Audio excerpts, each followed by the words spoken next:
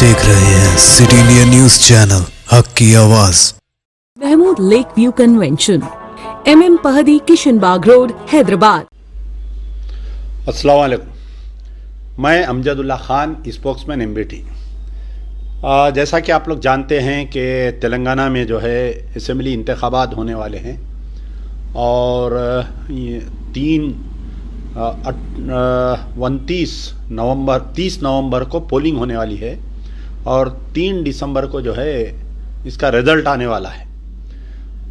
तेलंगाना का इंतखाबात पूरे हिंदुस्तान में इसलिए ज़रूरी है कि जो भी पार्टी तेलंगाना में इलेक्शंस जीतेंगी, आने वाले 2024 में जो पार्लियामेंट इलेक्शन होगा, who will be the next prime minister of India, कौन अगला प्रधानमंत्री बनेगा, वो डिसाइड होगा तेलंगाना से डिसाइड होगा।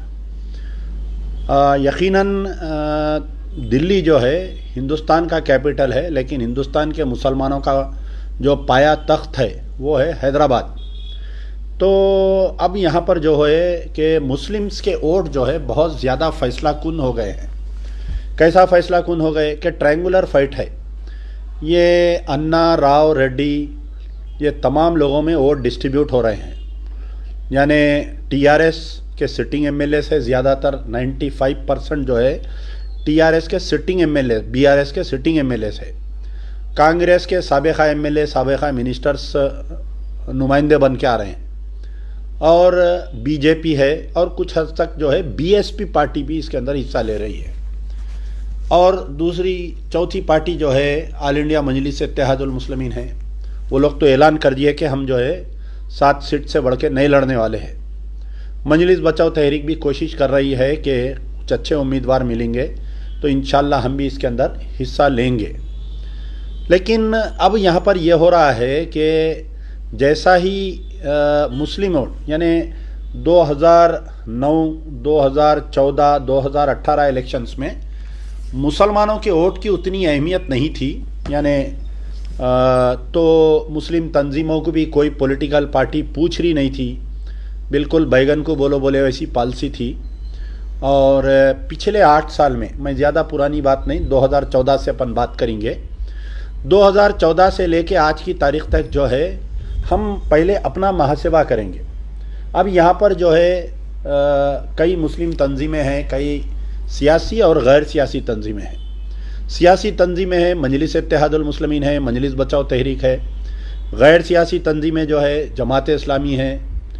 अब तामीर मिल्लत तो उतनी नहीं रही, बिल्कुल डिफंक्ट हो गई वो। और दीगर जो सुन्नी उलमा बोर्ड है, अंजुमन क़ादरिया है और यानी जमीयतुल उलमा के 2 शाख है, एक मौलाना अरशद मदनी और एक मौलाना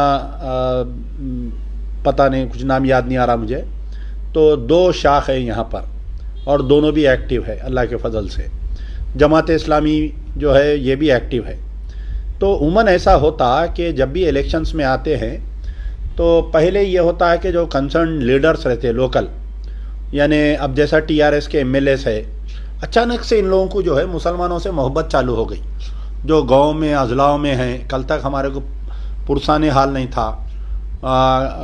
जो डिस्ट्रिक्ट के MLAs है, TRS के मिनिस्टर्स है, ये लोगों के पास हमारे मुसलमान गए तो अपॉइंटमेंट भी नहीं देते, इखारत की नज़र से, यानी बात भी नहीं करते थे ये लोग हमारे से, कोई मुस्लिम इशू पे बात भी नहीं करते थे। तो आज क्या हो रहा कि अचानक से TRS के जो ऑलरेडी BRS के जो उम्मीदवार है, इन तमाम को मुसलमान याद आ जा रही, बुला बुला के स्टेजों पे बिठा रही, जिसके चेहरे पे दाढ़ी है, बोल रहे हैं ख़ास तौर पे, अन्ना नू तुम जो है टोपी पहन के आओ, कुर्ता पैजामा पहन के आके स्टेज पे बैठो हमारे साथ। अब बेचारे भोले भाले गाँव के मुसलमानों को उतना नहीं मालूम, जा रहे हैं वो लोग। अब दूसरी तरफ जो जमातों का क्या रोल है, अब जैसा AIMIM है, वो लोग तो डिक्लेयर कर दिए बग़ैर किसी से बात करे कि कोई पूछे नहीं, किसी को बुलाए नहीं, किसी से बात नहीं करे। असदुद्दीन ओवैसी जो है वो 17 सितंबर के दिन डिक्लेयर कर दिए कि मैं मरते दम तक जो है KCR के साथ रहूँगा। जमात इस्लामी है, जमात इस्लामी वालों का भी आलमोस्ट इनका जो है ये जहन हो गया है कि हम TRS के साथ जाएंगे। TRS की यानी जो मजलिस जिसकी तायद करती, जमात इस्लामी भी उनकी तायद करती 99%। बोलो भाई वो हम शूरा की मीटिंग कर रहे हैं, हम उनकी मीटिंग कर रहे हैं, हम इनकी ये सब फालतू बातें हैं ये। फिर उसके बाद में ये है कि जमीयतुल उलमा के 2 शाख है यहाँ पर। अब अलग ऐलान ये हो गया कि जमीयतुल उलमा की एक शाख जो है कांग्रेस के फेवर में है, एक शाख जो है मजलिस इत्तेहादुल मुस्लिमीन के साथ टीआरएस के साथ है। दीगर जो बड़े बड़े दीनी मदारिस के जो जैसा हमारे मुफ्ती अब्दुल मोगनी अल मजहरी साहब हैं, और हमारे नहीं मरहूम बेचारों का तो शायद उनका इंतकाल हुआ, उनके भाई है, और आपके जो भी है दीनी मदारिस है हमारे खाने बड़े बड़े दारुल उलूम रहमानिया है, हमारे मौलाना हमीदुद्दीन हुसामी आकिल के फर्जंद मौलाना जाफ़र पाशा है। तो ये जो तंजीमों के भी ज़िम्मेदार है, दीनी मदारिस के भी ज़िम्मेदार है, ये भी लोग जो है कोई ऐसा फ़ैसला नहीं ले रहे हैं ये लोग भी। तो इसमें यह हो रहा कि मैं आज ये समझा कि इन तमाम सियासी जमातों से जिनका ताल्लुक़ मुसलमानों से है, और जो फिर रिसेंटली जो है हर इलेक्शन में ये होता एक प्रेशर ग्रुप बनता है मुसलमानों का, पढ़े लिखे तबका का जो रिटायर्ड आईएएस आईपीएस या रिटायर्ड जजेस रहते, ये लोग क्या करते एक प्रेशर ग्रुप बनाते, हर इलेक्शन में बनता है ये। निज़ाम क्लब में एक मीटिंग होती, खाने पे बातचीत कर लेते, एसी रूमों में जो है कौम की गुफ्तगू करते, फिर बाद में वो गधे के सिर पे से सिंगा गायब हो ऐसा गायब हो जाता हो। तो बहरहाल एक मुस्लिम इंटेलेक्चुअल्स की भी मीटिंग हुई। तो अब आप देखिए कि मैं किसी के ऊपर ये नहीं कर रहा हूँ कि होना तो ये चाहिए था कि अब यहाँ पर 2 बड़ी जमातें हैं, एक है मजलिस इत्तेहादुल मुस्लिमीन बोलिए, एक आपके तबलीगी हमारे जमात इस्लामी है, जमीयतुल उलमा है, मजलिस बचाओ तहरीक है, ये सब मिल के भाई मेरे से इख्तलाफात होंगे, मेरी जमात से भी इख्तलाफात होंगे, लेकिन पूरे तेलंगाना के मुसलमानों का मुस्तकबिल का फ़ैसला करने के लिए हम सब मिलके एक जमात को मदद करना। अब सोशल मीडिया पे मैं कई दिन से देख रहा हूँ पूरे मुसलमान बच्चे आके कांग्रेस कांग्रेस कांग्रेस कांग्रेस बोल के कमेंट कर रहे हैं। टीआरएस का ये हाल है कि 8 साल तक आपको पूछे नहीं टीआरएस वाले। बड़े हैरत की बात है कि मैं 2-4 मिसालां देते जाऊंगा। देखिए आप, इलेक्शन हुआ, इलेक्शन के साथ ही जो है किशन बाग में राइट्स हुआ, मुसलमानों पर गोलियां चलाए। भाई आप बोलो कि भाई टीआरएस के दौर में जो है फ़िरका वाराना फिसादात नहीं हुई, अरे भाई दोनों कौम पढ़ लिए, हिंदू पढ़ लिए, मुसलमान पढ़ लिए, ये लोग नहीं चाह रही लड़ना आपस में, इसलिए फिसाद नहीं हुआ। तेलुगु देशम के पीरियड में भी कभी कम्युनल राइट्स नहीं हुए, तो क्या आप अब ला के तेलुगु देशम को वोट दे दो बोलते। तो यहाँ पर जो है कि पहले, अब टीआरएस की बात करेंगे अपन, टीआरएस में जो है कि किशन बाग में जो है 4 लोगों को मार दिए, पुलिस की फायरिंग हुई, कई बच्चों को पकड़े, गिरफ्तार करे, उनको 3 साल 4 साल तक कोर्ट में फिरते रहे बच्चे। वो मुद्दा नहीं है। हम टीआरएस को तायद करते वक्त कोई मुद्दा रहे ना कि भाई आप उनको उनकी आंखों में आंखें डालकर बोलना जमातें जाकर कि भाई ये आपसे गलती हुई। आलेर एनकाउंटर में एनएचआरसी की रिपोर्ट आई कि एनकाउंटर फेक है। आज की तारीख तक भी वो आलेर एनकाउंटर के मुलजिमीन को जो है कैफर किरदार पर नहीं पहुँचाए। फिर मक्का मस्जिद का जो बम धमाका हुआ, खातिल बाइज्जत बरी हो गए, बीआरएस गवर्नमेंट जो है अपील पे नहीं गई अभी तक। फिर उसके बाद में आप केसीआर की पीवी नरसिम्हा राव से दोस्ती, देखिए आप, आपके ज़ख्मों पे केसीआर 8 साल तक 9 साल तक नमक डालते रहे, और हमारे जमाता हमारे कायदीन जाके केसीआर की वाहवाही कर रही कि हम इतने 1000 करोड़ बजट दिला दिए, हम इतना वो कर दिए, हम ये कर दिए, कोई इख्तलाफात नहीं है।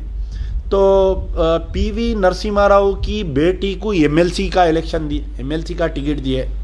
सबिता इंदिरा रेड्डी के बेटे जो है पटोला, उनका नाम मुझे याद नहीं आ रहा, मुसलसल उनके कई वीडियोस देख रहा हूँ कि कांग्रेस को गालियाँ दे रहे हैं और कांग्रेस आरएसएस की जमात है बोल रही।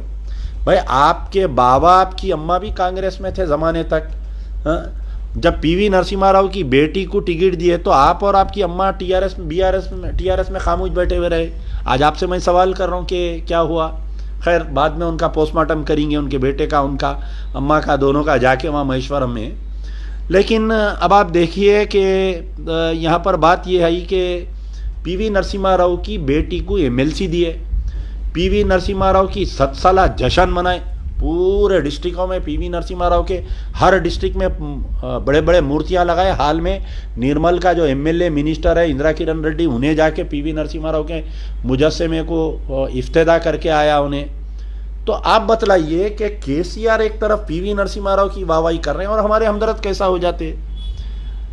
जो भी ठीक है। अब फिर उसके बाद में आपको मैं एक बात बताता हूं कि बांसवाड़े के जो एमएलए है पोचाराम श्रीनिवास, जो स्पीकर है, बांसवाड़े की एक मिसाल दे रहा हूं। हैदराबाद में तो यह हाल है। हैदराबाद के बाद में अगर सबसे ज्यादा मुसलमान है तो निजामाबाद में है। निजामाबाद के एमएलए बीगला गणेश साहब परसों तकरीर में बोल रही हैं कि अगर अल्लाह ताला जो है किसी बंदे को जन्नत में भिजाना चाह रहा तो उन्हें निजामाबाद को भिजा देते कहते।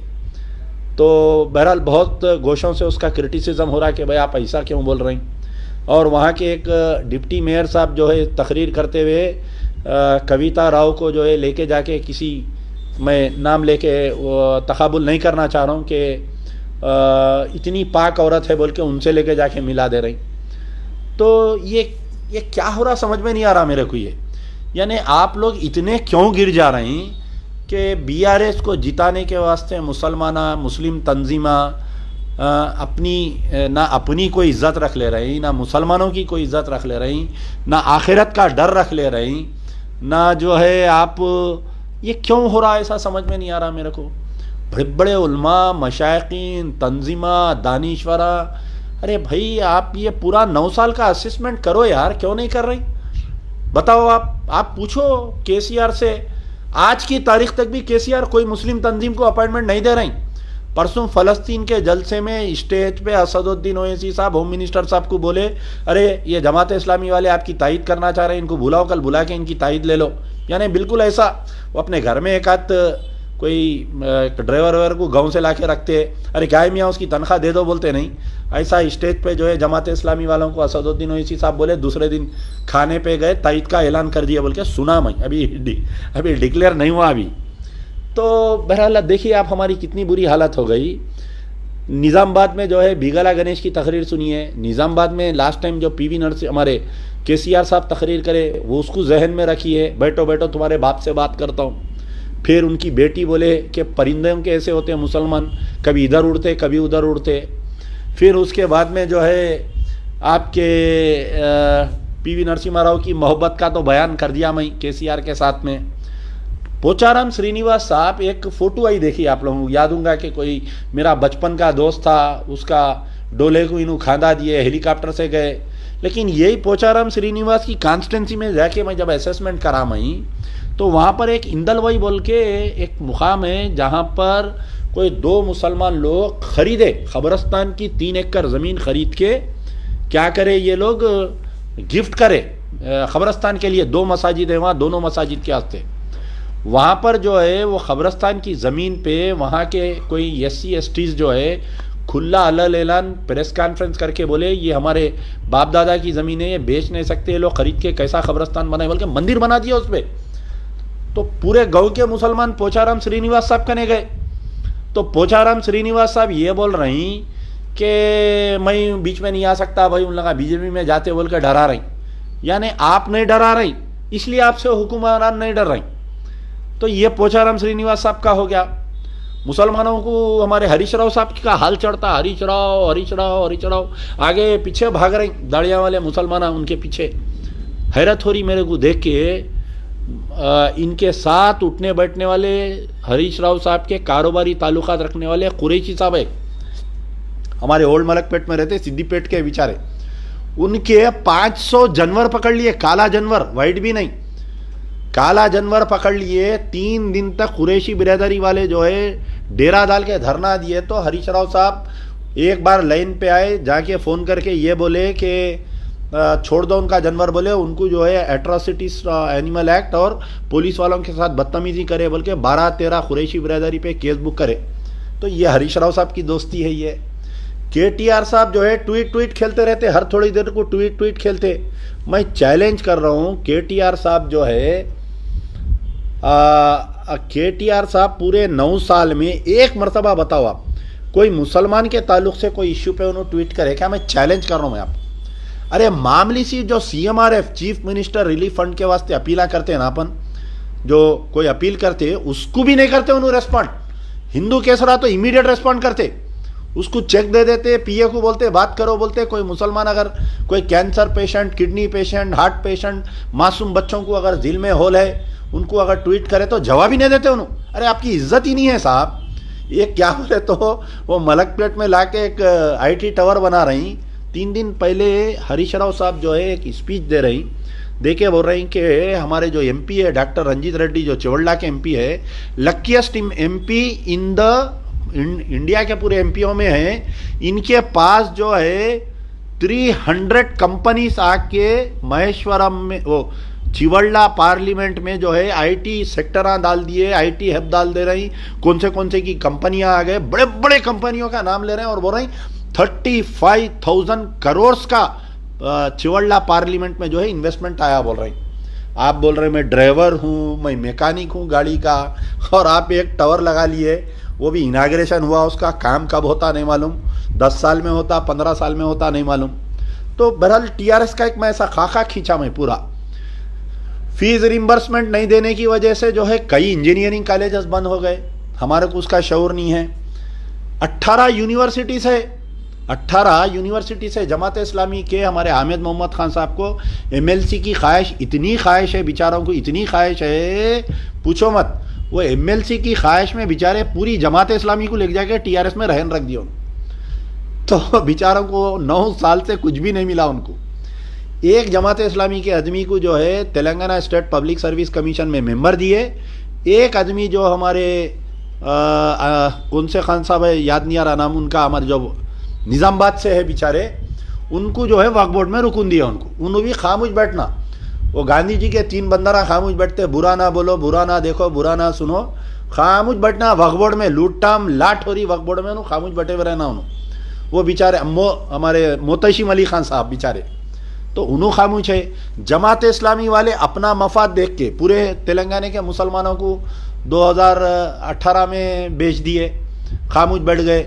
अब वो बेचारे हामिद मोहम्मद खान को कब एमएलसी मिलती नहीं मालूम, कब देते, फिर एक चॉकलेट दे दिया बोल के सुना मैं परसों महमूद अली साहब, नहीं आपके तो पक्का है, आपका नाम बोल दिया बोल के।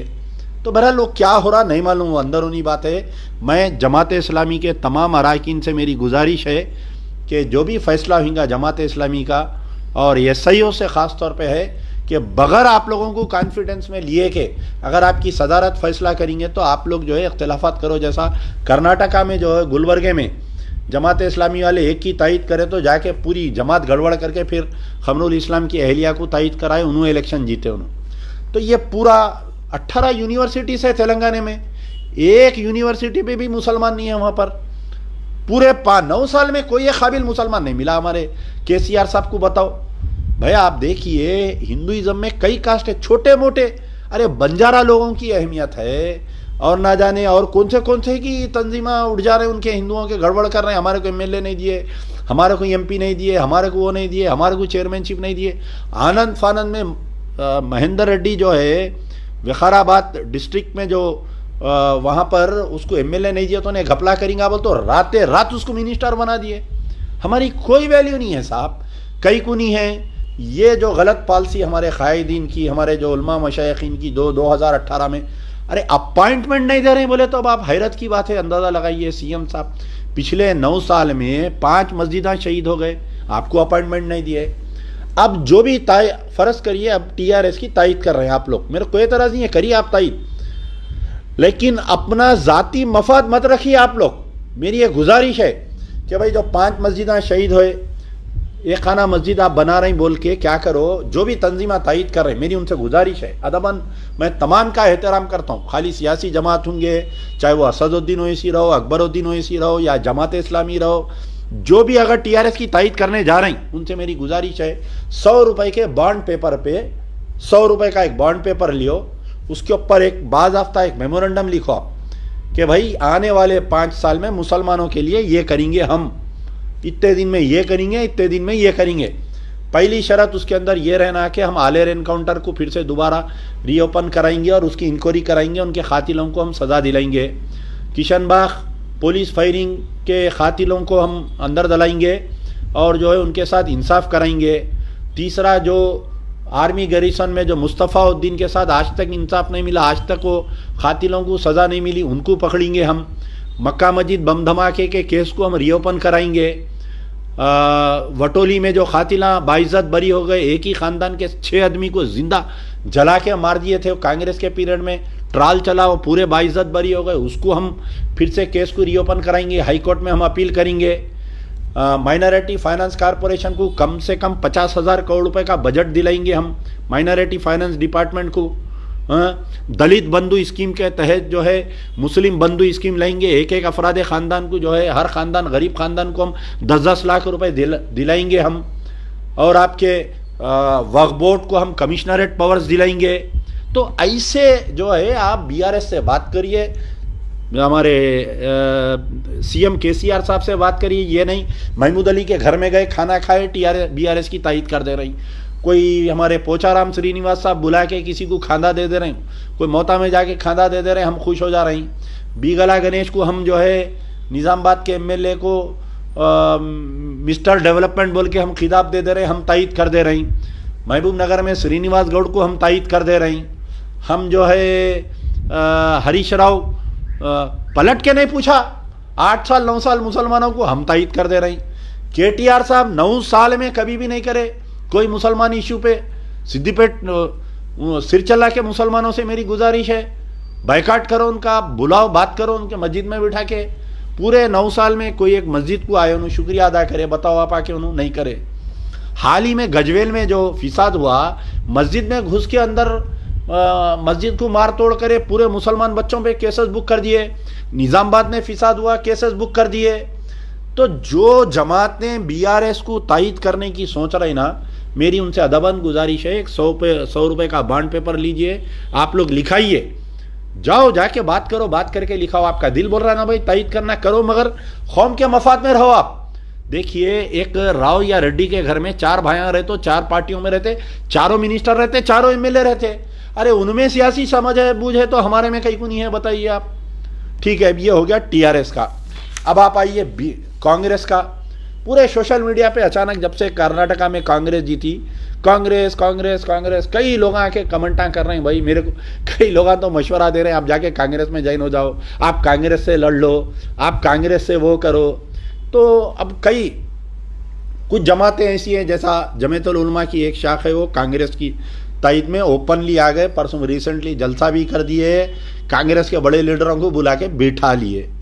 फिर आपके कुछ और तंजीमें हैं जो थोड़े बहुत जो उलमा मशाइखीन हैं, इनको कांग्रेस की, जैसा हमारे खाजीपेट की दरगाह के सज्जादे साहब है, उन्होंने पहले वक्फ बोर्ड के चेयरमैन थे, बड़े बड़े मीटिंग करके कांग्रेस के लोगों को बुला रहे हैं। कांग्रेस का ये हाल है अब फिलहाल, इतना ओवर कॉन्फिडेंस में जा रहे हैं वो लोग, इतना ओवर कॉन्फिडेंस में जा रहे हैं, मेरे को बाज़ वक़्त शर्म आ रही। कई हमारे लोग जाके कांग्रेस के लीडरों से मिलना चाह रहे हैं, हम आपकी तायद करते साहब बोल के, कुछ तंजीमों के लोग जा रहे हैं, मैं नाम नहीं बोल रहा हूँ, मैं डेली वॉच कर रहा हूँ कांग्रेस के गांधी भवन को और उनको। तो रेवंत रेड्डी तो कोई मुसलमान तंजीम से, कोई मुसलमान लीडरों से मिलने के लिए राज़ी नहीं है। उनके जो एआईसीसी इंचार्ज है मनीकियम ठाकरे साहब, उनको कोई सब्जेक्ट मालूम नहीं, खाली बेचारे बैठे हुए हैं उन्होंने। तो कांग्रेस ये और कॉन्फिडेंस में है, झक मराते मुसलमान हमारे को ओढ़ देते, हमारे को बात करने की ज़रूरत नहीं है, हमारे को कोई वो करने की ज़रूरत नहीं है। कुछ भी बोले तो शब्बीर अली बोल रही, कुछ भी बोले तो शेख अब्दुल्ला सोहेल बोल रही। ये शब्बीर अली साहब को, शेख अब्दुल्ला सोहेल को इतना प्राउडी हो गए, इतना प्राउडी हो गए लोग। एक जने जो है चीफ मिनिस्टर बन गए, एक जने जो है होम मिनिस्टर बन गए। अभी पार्टी पावर में नहीं है इन लोगों की, तो ये हाल है इन लोगों का। कोई मुस्लिम तंजीम से बात करने राजी नहीं है भाई। वो किसको की क्या की ला रहे हैं, रोडी शीटरों को ला के बोल रहे हैं, रेवंत रेड्डी के सामने पेश कर दे रहे हैं कि भाई इनुच मुसलमान है बोल के।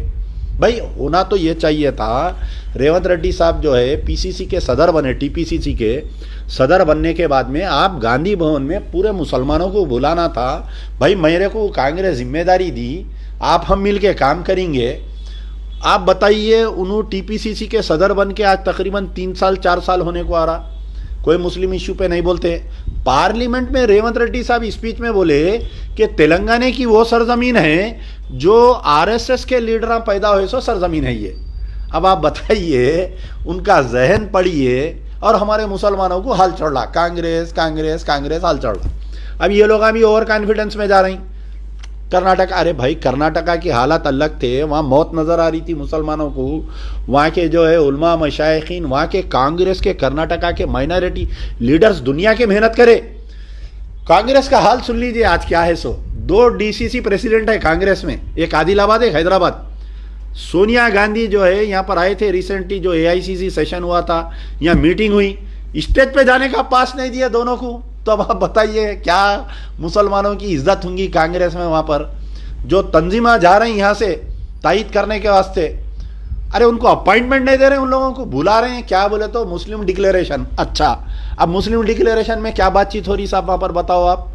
कोई दुख की बात, कोई परमानेंट बात नहीं हो रही, मुस्लिम डिक्लेरेशन ला रही कहते। दलित डिक्लेरेशन आ गया, दूसरे कौमों का एक बताओ आप, एक पोन्नाला वो कोई श्रीनिवास रेड्डी खम्भम से मिल रहा बोले तो पूरी एआईसीसी उसके घर को चले जा रही। एक कोई राव मिल रहा बोले तो कांग्रेस में उसके पीछे भाग रही, रेड्डी के पीछे भाग रही। जो वोट 50 सीटों पे फैसला कुंद वोट है, कांग्रेस वाले वो कौम को नहीं पूछ रहे। एक कर्नाटका से एक बिचारों को यहाँ पर इंचार्ज बनाए, उन्होंने तो इतना बिचारों को प्राउड आ गया उनको, जैसा कि उन्हीं चीफ मिनिस्टर बन गए अब यहाँ। अब यहाँ से कुछ तंजीमा क्या कर रहे हैं, दिल्ली को जा रहे हैं इमरान प्रतापगढ़ी साहब कने। वो बेचारे उनके हाथ में कोई पावर नहीं है, एमपी बन गए बेचारे, और ये अखिलियती सेल के कांग्रेस के सदर है, उनकी ये हालत है बेचारों की। कर्नाटका में इलेक्शन हुआ तो उनको कांग्रेस वाले कैंपेनिंग को नहीं आने दिए। नहीं, इमरान प्रतापगढ़ी आके अगर कर्नाटका में कांग्रेस की तायद करा तो हिंदू वोट में बैकलैश आता बोल के। तो ये सोच है कांग्रेस की, इधर टीआरएस की ये सोच है, कांग्रेस की ये सोच है, समझ में नहीं आ रहा। अब आप देखिए, अगर मुस्लिम चैप्टर बना रहे ना भाई, आप जो कांग्रेस की तायद कर रहे, मेरी उनसे गुजारिश है, 100 रुपये का बॉन्ड पेपर लियो आप लोग, जाके रेवंत रेड्डी से बैठो, ये मानिक्यम ठाकरे जो उनके एआईसीसी के ऑब्जर्वर है उनसे बात करो, बात करके लिखाओ ना भाई पूरा। भाई कांग्रेस अगर पावर में आएंगी तो हम जो है इमाम और मौजन को तो सैलरी आ रही, जो दरगाहें हैं जिसको आमदनी नहीं है, वो दरगाह में जो केयर टेकर्स है उनको एक एक को 10-10 हज़ार रुपये या 8-8 हज़ार रुपये हम माहाना उनको भी देंगे। पहला पॉइंट लाओ उसके अंदर। दूसरा पॉइंट लाओ आप, मक्का मस्जिद का बम धमाके का केस हम रीओपन करेंगे, खातिलों को सज़ा दिलाएंगे। वटोली में जो खातिला बाइज्जत बरी हो गए उनको हम जो है वटोली में सज़ा दिलाएंगे। आर्मी गैरिसन में मुस्तफ़ा के केस को हम रीओपन कराएंगे, उसको कंपनसेशन दिलाएंगे, उसको हम वो कराएंगे। जो 5 मस्जिदां टीआरएस के दौर में शहीद हो गए, कोत्तागुड़म फॉरेस्ट की जो मस्जिद है, जो आपके एयरपोर्ट की मस्जिद कांग्रेस के दौर में शहीद हुई। आप बोलो माफ़ी चाहते, बोलो आप जो है एक बॉन्ड पेपर पे लिख के दियो ना साहब। भाई अब कांग्रेस के कौन है, हमारे जफर जावेद साहब आ रहे हैं, शबीर अली साहब आ रहे हैं, शेख अब्दुल्ला सोहेल आ रही, पूरे पावरलेस है, इन लोगों को खुद नहीं मालूम कुछ भी क्या करना। अब अपनी इज्जत बचा लेने को ये लोग जो है मुस्लिम डिक्लेरेशन कर ले रही। ऊपर देखे तो इमरान प्रतापगढ़ी है, उनको खुद बाइकाट कर दिया, आना नहीं कर्नाटका के इलेक्शन में तायद करने। तुम्हारे वो जो अंसारी ब्रदर्स वो जिसको मारे उनके साथ वीडियोस है तुम्हारे बोल के उनको बाइकाट कर दिए। तो जो भी मेरा बोलने का मतलब है कि 50 सीटों पे जो है हमारी हुकूमत बन सकती।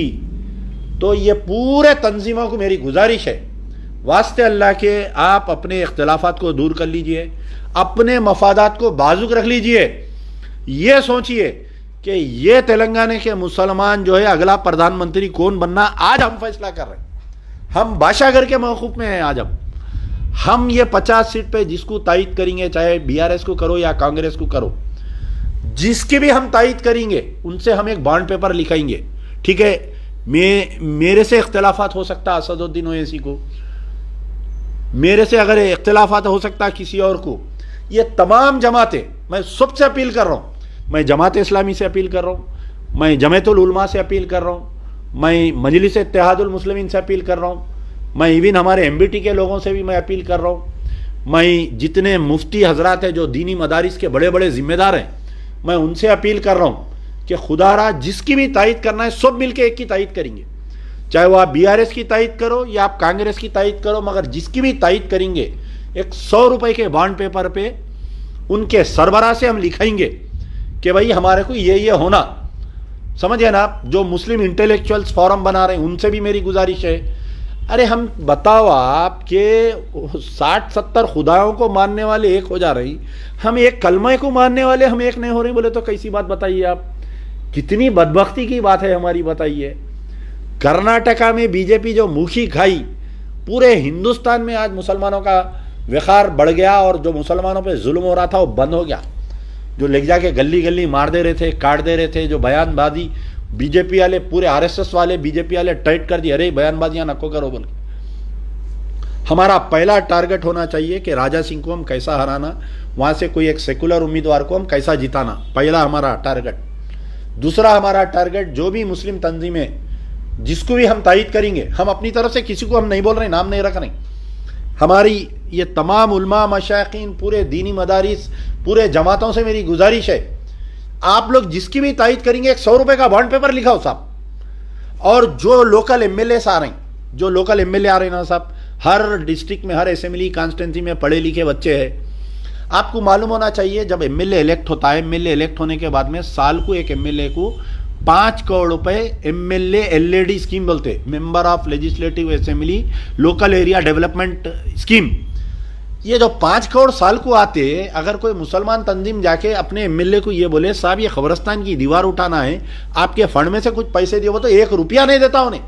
पिछले 9 साल में मैं चैलेंज कर रहा हूं कि बीआरएस के जहां पर भी एमएलए से अगर ये कब्रिस्तान की दीवार को अपने एमएलए एलईडी स्कीम में से पैसे दिए, क्या देखो आप, नहीं देते।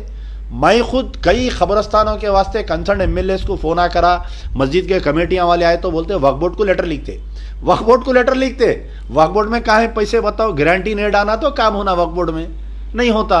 एमएलए एलईडी स्कीम ऐसा रहता, आज लेटर दिए तो कल से काम चालू होता। कई ईदगाहें हैं गाँव में, जो ईदगाहों में काम बाकी है, एमएलए नहीं कराते, लेटर नहीं देते, खाली कब क्या करते, इलेक्शन के सामने। अब जैसा हमारे आरमूर के एमएलए साहब आके वो एक मुशज्जरा उड़ लेते, यानी मुसलमानों का क्या है मौक़िफ़, मुसलमानों का मसला क्या है। जुम्मे के दिन इलेक्शन के दौरान नमाज में आना, मस्जिद के बाहर मुशज्जरा उड़ लेना, टोपी पहन लेना। हमारे एक 2-3 हौले बहुले मुसलमान आ जाते, एक मुशज्जरा उड़ा देता, एक टोपी पहना देता, एक इमाम ज़मीन बन देता।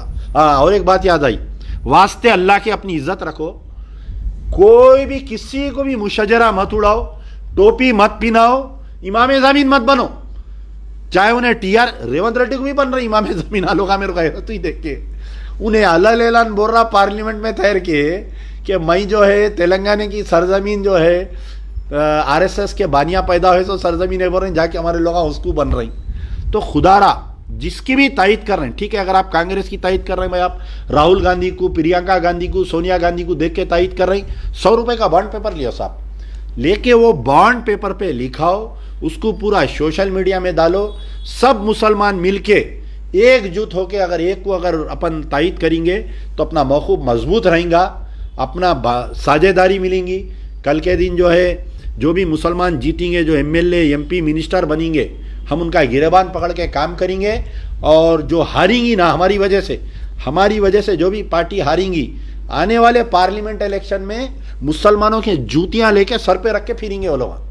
तो खुदारा मैं दोबारा फिर से अपील कर रहा हूँ, तमाम से अपील कर रहा हूँ, मजलिस इत्तेहादुल मुस्लिमीन के कायदीन से, असदुद्दीन ओवैसी, अकबरुद्दीन ओवैसी, जमात इस्लामी के तमाम लोगों से, जमायतुल उलमा के जितने दीनी मदारिस है, सैदाबाद में, अकबरबाग में, बंदलागुड़े में, बड़े बड़े मदारिस के जितने जिम्मेदार है, जमायतुल उलमा के दोनों जो शाखा हैं, अंजुमन खादरिया के लोगों से, जितने भी लोग हैं, सब मिल के एक हो, वास्ते अल्लाह के एक हो। ये सोचो कि तेलंगाना का मुसलमान, हैदराबाद का मुसलमान, निज़ामाबाद का मुसलमान, तेलंगाना का मुसलमान अगला प्रधानमंत्री कौन है, इन्हें बनाएंगा, जो तेलंगाना में सरकार बनाएंगी उसका जो है प्राइम मिनिस्टर रहेगा बोल के ऐसा सोच के करो काम। इंशाल्लाह फिर आपसे मुलाकातें होते रहेंगी। अगर मेरे से कुछ गलती हो गई तो माफ करिए। यार जिंदा सोबत बाग। रिश्ते तो अल्लाह की रजा से होते हैं, वो रब जो सब पर मेहरबान है। और इन लम्हों को खूबसूरत बना रहे हैं महमूद लेक व्यू कन्वेंशन, जहां आपके तमाम यादगार लम्हों की तकमील होती है। शादी, वलीमा, engagement party, birthday party, kitty party, anniversary parties, हकीका जैसे फंक्शंस के लिए महमूद लेक व्यू कन्वेंशन से जुड़े। जदीद और फुली एयर कंडीशन 200 से 800 मेंबर के लिए वासी इंतजाम, खूबसूरत लेक व्यू का नजारा लें महमूद लेक व्यू कन्वेंशन से। मयारी और खूबसूरत इंटीरियर और एक्सटीरियर, वासी parking, separate lift for ladies and gents. Mahmood lake view convention. Booking खुली है, हमसे राब्ता करें। MM Pahadi, Kishan Bagh road, Hyderabad.